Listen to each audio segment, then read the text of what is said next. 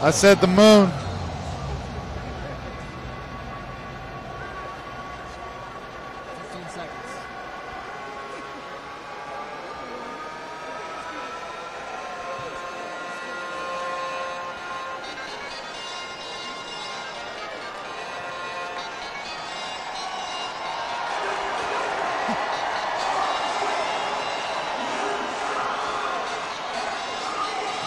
All right, welcome into Redskins.com Live here from the Superdome, Week 5, Monday Night Football. I'm Perry Mattern alongside Jake Krink-Schreifels. And Jake, heck of a matchup here tonight as we finish out Week 5. And the Redskins have themselves an opportunity to really make it a wonderful week for them, not only just with a win, but the way the standings look right now. Yeah, you look at what the last 2 Sundays have brought the Redskins, and it's been a lot of good fortune. Almost everybody has lost. I think there's been 5 out of 6 losses that could have been possible, and they've all happened. So they certainly have their opportunity right now to make a statement. Hey, we're not going to let these other teams just dictate how we play. We're going to go out and make a statement and say, hey, we go 3-1, get 2 games above in the standings, and really say, hey, we can come in the Superdome and make a statement. All of those things aside, you're right. Statement is kind of the way to think about this, too, because the Saints have played very well. Yeah. Since that first week loss to Tampa Bay, they've really heated up, beating Atlanta on the road. Nice win over New York last week where they really dominated from start to finish after New York scored on the opening drive. And you look at Drew Brees right now, comes in 8 touchdowns, no interceptions. Of course, the big number right now is 201. That's what he needs to break the all-time passing record yardage-wise. And it's going to be a tough task for the Redskins, no doubt about it. It's a really tough task, and you know, DJ Swearinger was saying, hey, we're making sure that we're going after him this week, and we're going to try our best not to have that happen.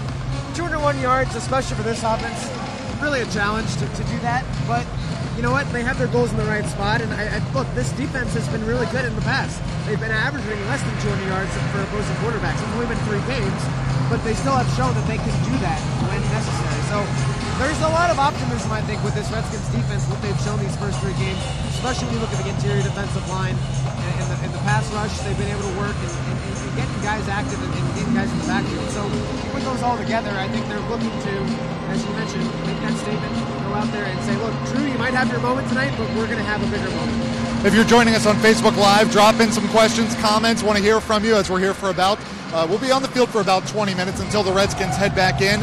And, Jake, let's get to the news here for the Redskins first. Josh Doctson among the inactives tonight. Mo Harris will start. Yeah, that's the biggest one. And really everybody else that is inactive has been inactive last week and 2 weeks ago as well. So when you think about what this does, Josh Doctson didn't really practice most of the last week. So in terms of game planning, it's not a big factor.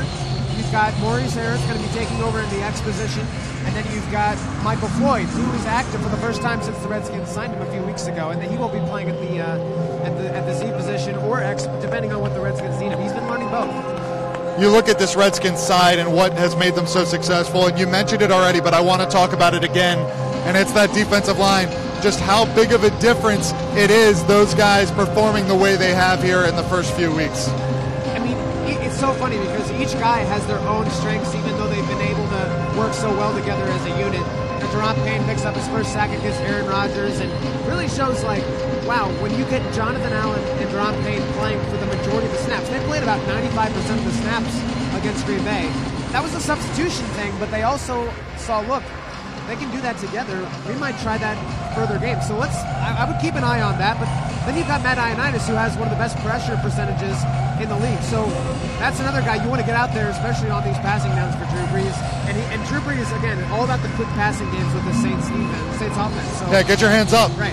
Allen Payne, Ioannidis, 6 sacks between those 3 already. Of course, Ioannidis leading the way with 3.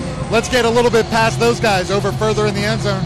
Number 25, back where everything kind of went wrong for him last year. Not kind of, I mean it did. Chris Thompson's season ended, broke his leg here. He's a guy that he said he's still not fully healthy. That leg is still not fully healthy, but he's been playing through it. It's going to be fun to see him try to go out here and perform again tonight after what was such a heartbreaker last year for him. Barry, he downplayed a little bit about what this game is going to mean, and understandably so. This is such a team-oriented guy. So when Chris Thompson says, hey, I'm not going to make this a bigger deal because that would make it seem as though I weren't making all the other games a big deal. So he always has that team-first mentality, which is why everyone loves Chris Thompson. But you couldn't be more wrong if you didn't think this game had some extra umph-to. I mean, you have such a traumatic experience here. You want to come out and say, I am past this. I am going to do everything I can to help my team do what it couldn't do last year, which was finish in that fourth quarter. And that was something that I think a lot of this team also reflected on a lot too, was Chris Thompson goes down and then they give up those 2 touchdowns late in the game and really ended that kind of season on a low note, just because they looked back at that and said, boy, if we'd won there and gone back to 500, things might have turned out differently. Brian Rosales, our first question. This is the question, verbatim here. Ingram, a threat or not? Mark Ingram back after the 4-game suspension, PED usage, and that brings a different element to the Saints offense because Alvin Kamara has been fantastic, top 5 player in the league really offensively, and he's 4.9 yards per carry, but outside of him, the rushing attack has been suspect for the Saints. Early it's been Mike Gillislee getting those carries, and he hasn't done much, averaging less than 3 yards a carry. Ingram, a guy, him and Kamara last year together, just incredible. Yeah, I mean, they work so well, and it's interesting now because you've only had Kamara really as your dynamite running back. So now it's how do they split the carries? I think that's the more interesting part about this. Mark Ingram, somebody that they're probably going to use more up the middle, and I would say, look, he's a threat because he's really hasn't played these first 4 games, so he's got fresh legs. You look at Adrian Peterson, look what he's been able to do the first few weeks of this season, and he never played in training camp. So I think that definitely helps when a guy is hungry and fresh. It always helps. Even if it's week 5, you still want to have guys that are ready to go out the gate. Comment from Delonte Taylor, our DBs can't be blowing coverage today. And yeah, I mean, that's it. I mean, it's not only the DBs, but when you bring a guy like Kamara in, there's going to be so many different guys matched up with him that he is just a matchup nightmare. I mean, really him, Todd Gurley, when Le'Veon Bell are playing, those are the 3 guys that you think just a matchup nightmare everywhere they are on the field. More of a comment than a question. But yeah, right. I think that's everybody's fear right now is, look, when you have such a high-octane offense and you're able to throw it to so many different options in the flat versus downfield, Drew Brees can do that to you. He can start picking you apart. And I think that is the key. And Greg Nuski talked about this, just over-communicating, being able to know that everybody is on the same page. And he has full confidence in this defense if they're able to do that. It's going to be a lot tougher in this kind of environment, especially when the music and the fans get going. I mean, this place is really tough to play. But on the flip side, on offense, it is usually a quieter time. So as a defense, if they're able to communicate, swarm tacklers, I mean, that's the biggest thing, breaking tackles. We talk about Kamara, Michael Thomas. These guys are very good at breaking tackles, and that's what gives them bigger games. Another question here, and it actually goes along with what you were just talking about. This is Matt Markin saying, how loud is it in that building already? And now, it's not necessarily loud because the fans, but the speakers are incredibly loud. I mean, our mics are isolated. But, I mean, having played here last year and having heard what these games are like on Monday night, this place is going to absolutely rock tonight. All the fans have white and pink towels. They're going to be waving tonight, so you'll probably see that on the broadcast as well. I mean, it gets to another level, and to a fair point, it's in a dome, and they've got a lot of seats in here. This is probably the biggest dome arena in the NFL, I would say, in terms of what this size is and just the volume of people and height of it all. Question from K. Allen Bird. Jordan Reed, big game needed or not?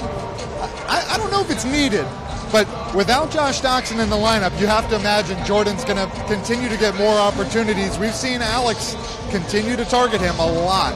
He had a big game against Green Bay. He didn't get in the end zone, but those plays where he slants over the middle, picks up those big first downs, makes it 20, 30 yards after that. Just a couple of little jukes here and there to get him some more separation. Those are so crucial in these long drives that the Redskins have been able to put together. So you start out with Adrian Peterson and you get those couple that get you past midfield. I think the Redskins offense starts to pick it up. So Jordan is always a guy that I feel like is the glue in terms of making sure that this offense gets going. And once he does, then you get those outside guys working a little bit better. Well, let's not forget about the other storyline here. Adrian Peterson against his former team. It was really only a few weeks, but really the way it ended, which was on Monday Night Football with the confrontation between him and Sean Payton, is kind of what people remember.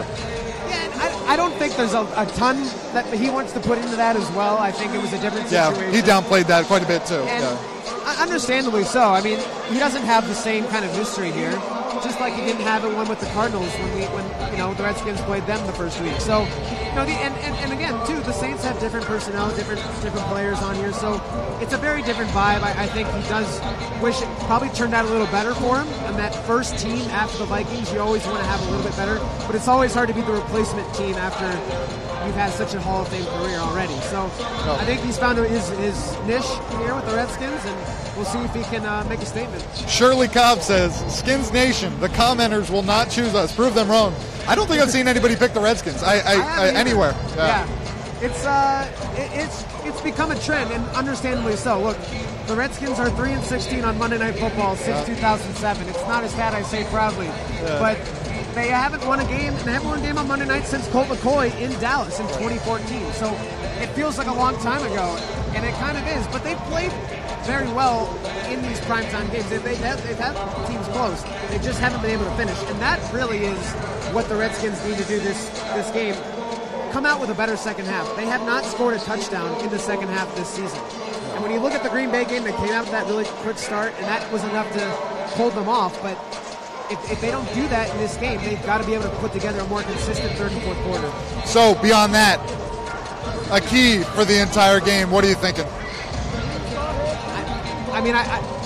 It's hard to go beyond that just because that's the most pressing thing. But I would say again, it's so reliant on this run game, and I think we saw what happened. I took mine last week against Green Bay. Chris Thompson wasn't even a factor, but Adrian Peterson still had enough juice in him where he got a couple big gains, and that was enough to get the guys, get the offense working, get some big, really short yardage situations. That's what Alex Smith has been saying. We've been pretty good situationally in the red zone, converting when we needed to. But again, it comes back to that third and fourth quarter. Can they do all those situational things right then? It's a small sample size, but the two games the Redskins have won, they've run the ball outstanding. The game they lost, they've really struggled on the ground. I'll go on the other side of the ball, and the Redskins have done a really nice job limiting the big play this year. Really, it's hard to, outside of the Geronimo Allison play where it really was just a complete blown coverage, the Redskins have limited the big play quite a bit, and this is where the Saints live. And the Saints don't live on the 70, 60-yard touchdowns. It's the 25 to 30-yard gains that really just start to hurt you, and Kamara's the guy. Kamara's the guy, and Michael Thomas is the other guy. 44 targets, 42 receptions for him. He's a guy that, it's interesting because the Saints have been so effective, but they don't have that many weapons with big numbers. It's really just Thomas and Kamara. So I think you have to, if you're the Redskins, those two guys, look, they can get theirs, but they can't kill you. They can't make a play that changes the game by themselves. And I think if the Redskins are able to do that, and the Redskins are able to then use the run game, sustain drives, and make this a game that's played in the high 20s, low 30s, rather than the high 30s, low 40s, I think the Redskins have themselves a chance. Give me a player now. Oh boy. I'm going to go with Morgan Moses. Look, we talked about Cameron Jordan being such a dominant force for the Saints defensive line last year. He's continued to do that this year. Teams just do not run the ball well to his side of the ball. Coincidentally, Adrian Peterson has run the ball extremely well to the right side. Yep. Morgan Moses has been a big factor in that as well. So if they're able, something's got to give in this situation. So watch that matchup. We also didn't mention Trent Williams, who is going to play tonight after the surgical repair. Really, it was a small cleanup, but still, 2 weeks later, he's on the field. I kind of going with what I was saying earlier. I think let's go with Matt Ioannidis again, right? Ioannidis is a guy that has made things really difficult for opposing quarterbacks, and I think if he is able, he and of course Payne and Allen, I think Payne and Allen, you just really know what you're going to get out of those guys. But if they're able to continue to put that pressure up the middle, maybe we finally see Ryan Kerrigan and Preston Smith get home. They've been close. They haven't opened the door. They're knocking on it. They just haven't actually entered. This could be the game. This is the Redskins fans have been waiting for those two guys. Right. But when you have 6 sacks up the middle, you imagine things are going to, maybe those guys start to garner some double teams, and then we'll see what happens. For the one last thing, Redskins win if. Redskins win if everybody executes. Wow, that's a coach speak one right there. Look, it's been proven clear. Maybe I've just heard too many coaches talk like that now. But you talk to everybody, they say, look, this is a confident bunch. Yeah. They know they can win these games, and they showed last year they were ready to win until they stopped executing in the very last fourth quarter. So everybody, doing their assignments, I think they can. Redskins win if they finish the game. I mean, that's another coach speak as well. But sorry, that's probably enough cliches for us tonight. As the Redskins break it down, they'll head into the locker room. Kickoff 8:15 Eastern Time on ESPN. If you want to catch the radio broadcast, WMAL FM. Also, the Team 980 on your AM dial with Larry Michael, Doc Walker, and Chris Cooley. And for anything else you need, you can follow us on Twitter as well, at Redskins, and also Redskins.com. And we'll see if the Redskins can pull out a W here tonight from New Orleans. For Jake Kring-Streifels, I'm Perry Mattern. We'll see you next time.